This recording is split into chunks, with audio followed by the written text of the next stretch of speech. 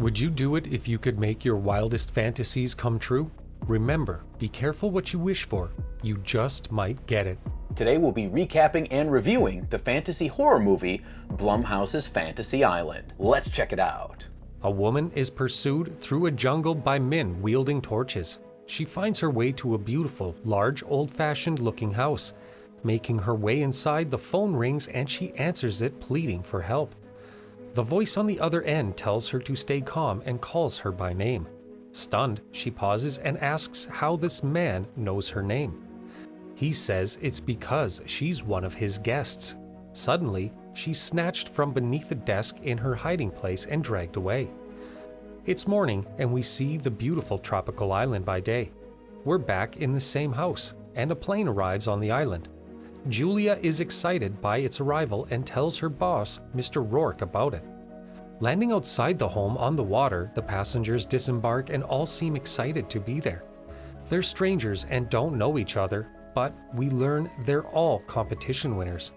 Their names are Patrick, Gwen, Brax, JD, and Melanie. Melanie checks her phone and spots that there's no signal. What a surprise. If there's one thing that movies have taught us, it's that if there's no phone signal, you probably don't want to be there. As the group is welcomed into the home, we see them being watched from afar by a disheveled, suspicious-looking man from the jungle. The group makes themselves at home. As Patrick changes his clothes, we spot he is an ex-military with dog tags around his neck. Melanie looks at a photo of her and a man. Sad music tells us there's something unfulfilled about her relationship with him. Gwen is shown to her suite and can't believe the luxury of it. Julia tells her that Mr. Rourke has tailored every prize winner's experience to suit their wildest dreams. Julia tells her that she's recently started working there and can't tell Gwen how Rourke does it, and as she leaves, she becomes dazed and gets a sudden nosebleed. Things certainly aren't what they seem on this dream island. The prize winners all gather at the bar. JD and Brax are the only two who know each other. They're in fact half-brothers.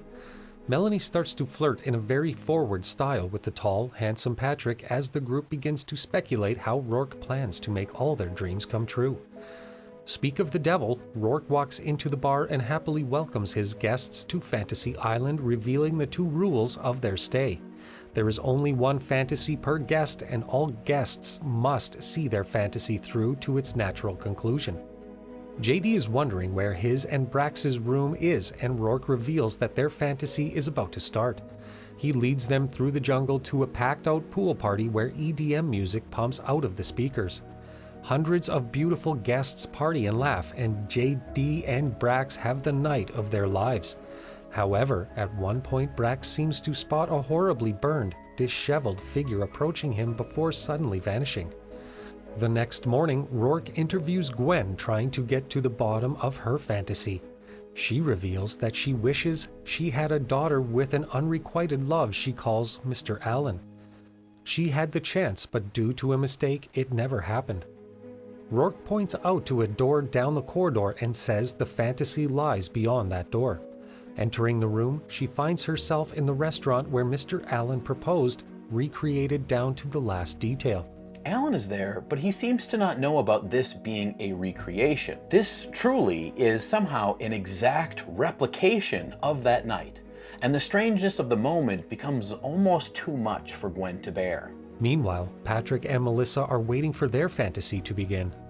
Patrick reveals to her that he never did enlist in the army, and instead he became a cop and got stuck behind the desk. The dog tags around his neck are simply a lucky charm. He hopes his fantasy will be a chance to realize his dream of finally enlisting in the army. Melissa reveals her fantasy is revenge on a childhood bully, Sloane.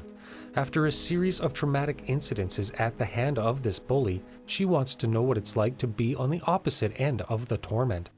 Rourke approaches and tells Melissa it's time for her fantasy to begin.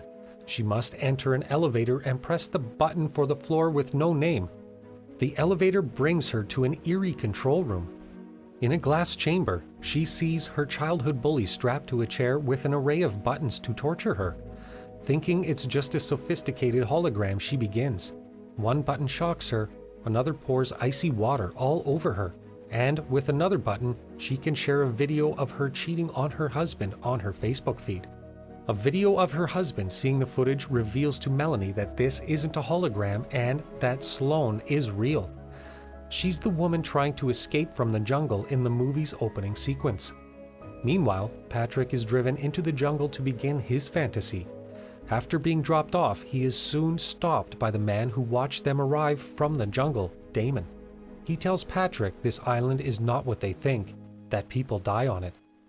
A trio of soldiers arrive, and unconvinced by Patrick's story of being separated from his platoon, they arrest him to take him to their lieutenant, while Damon looks on from the bushes. Back at Gwen's fantasy, Alan gets down on one knee and proposes to Gwen, and the restaurant applauds. She is overjoyed but still feels strange knowing this is a fantasy. Brax and JD find a panic room at their party mansion full of supplies with a massive armory next door stacked with guns and grenades. The only fantasy that right now doesn't seem to have any downside. Back in the jungle, Patrick is brought to Lieutenant Sullivan, who is shocked to see. He knows him from somewhere. As Sullivan checks his dog tags, he gives Patrick a hard stare. It's his name on the tags.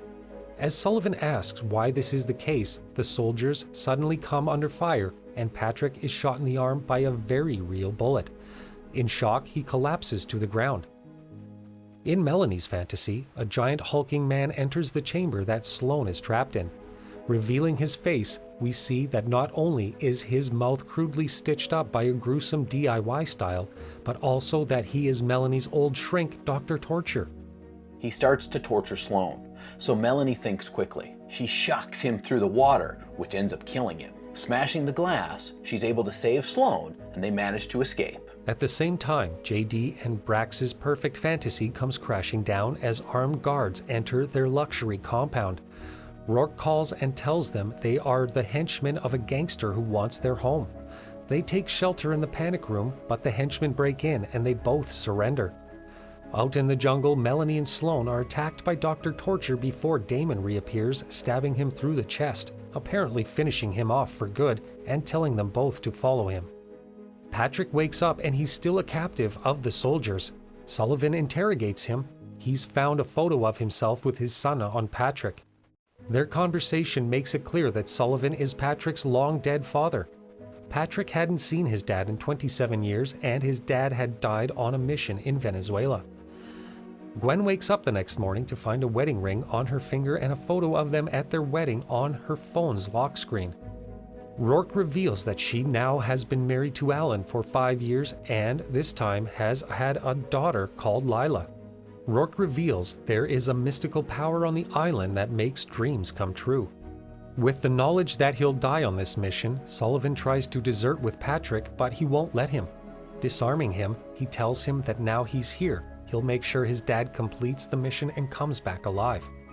JD and Brax are interrogated by the gangsters and are finally convinced this isn't an act when their leader, Devilface, takes a knife to JD's arm. In the panic, they both agree to tell him where the money and cocaine are, even though they have no idea.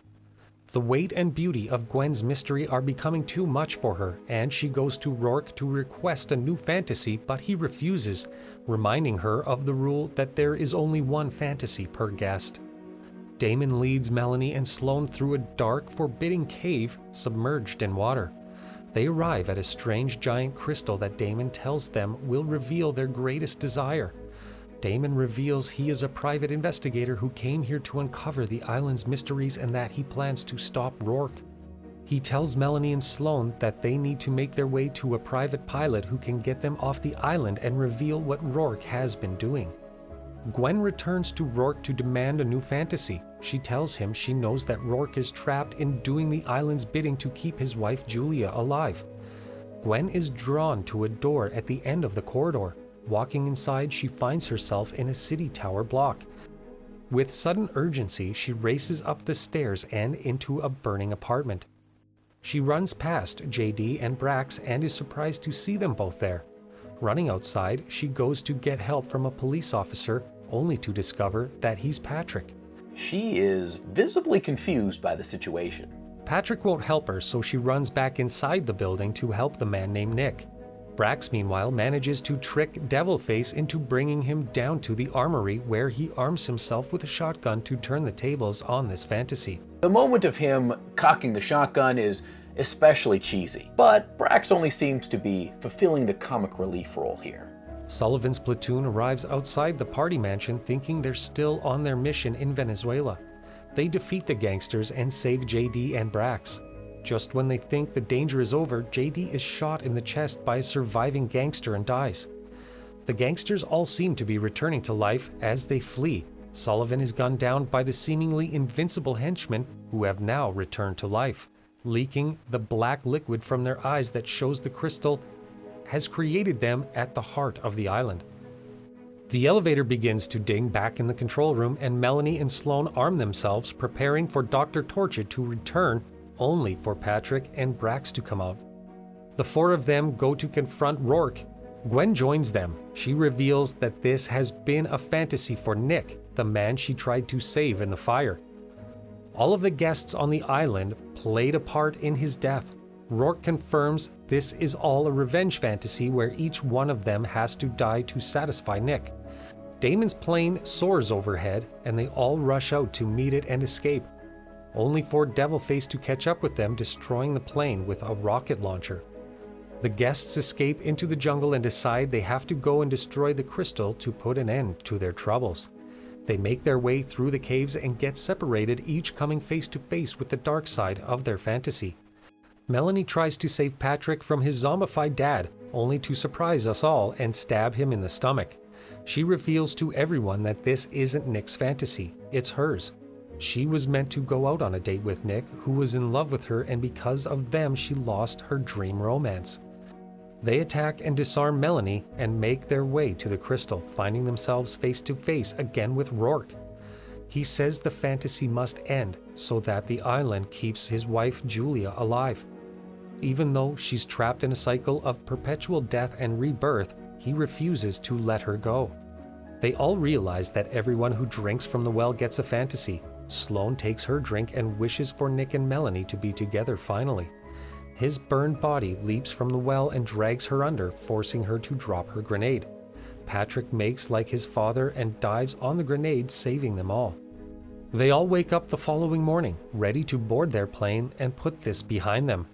Brax, however, decides to stay so that JD can be brought back to life and return to the world.